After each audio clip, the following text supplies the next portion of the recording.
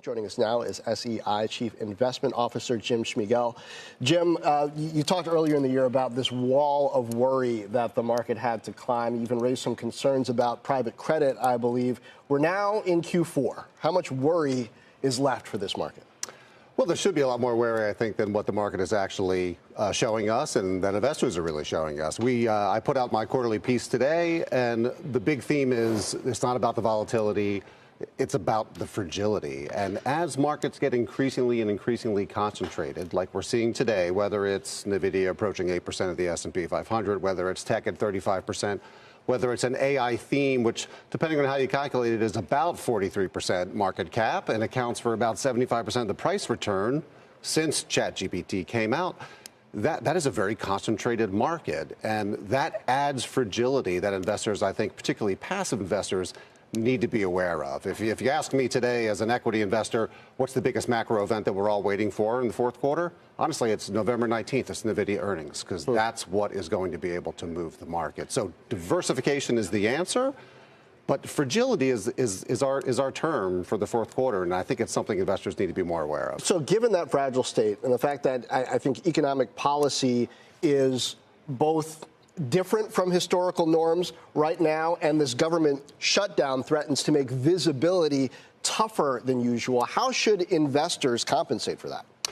Diversification is probably not the answer that they want to hear, but that is the answer. And that's diversification by global markets, that diversification by capitalization, diversification by factor, which means diversification into active management. It sounds as though I'm talking my book, and in some ways I am.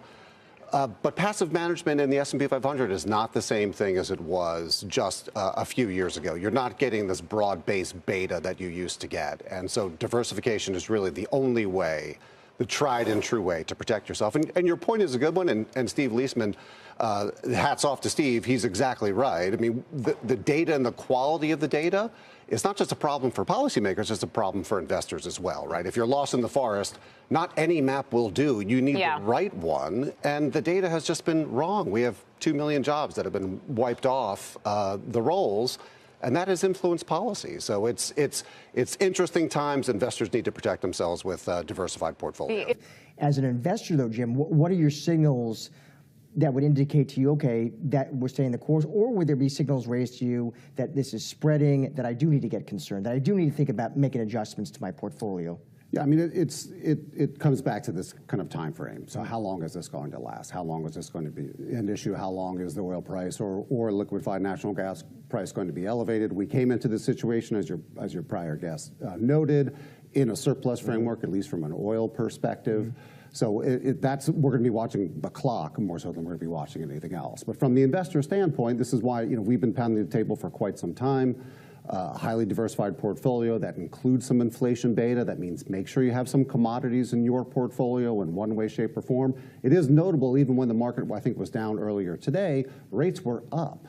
So what does that mean? That means that your preferred measure of diversification, which has been interest rates, didn't really serve you all that well today because there's an inflation component to it. So make sure that inflation beta is part of your globally diversified portfolio. And what this could mean for the Fed, in that now we had a hotter than expected PPI print, got oil moving.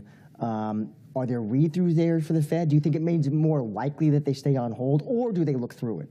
I think they look through it. Dare I use the word transitory, but something like this is going to be a transitory effect on energy prices. The bigger issue for the Fed is the underlying trend in inflation. So, PCE is running now, entering its 5th year being above target. So outside of this, looking past this, which I do think the Fed will do, their issue is going to be the already underlying, somewhat sticky inflation level that we've been dealing with now for quite some time.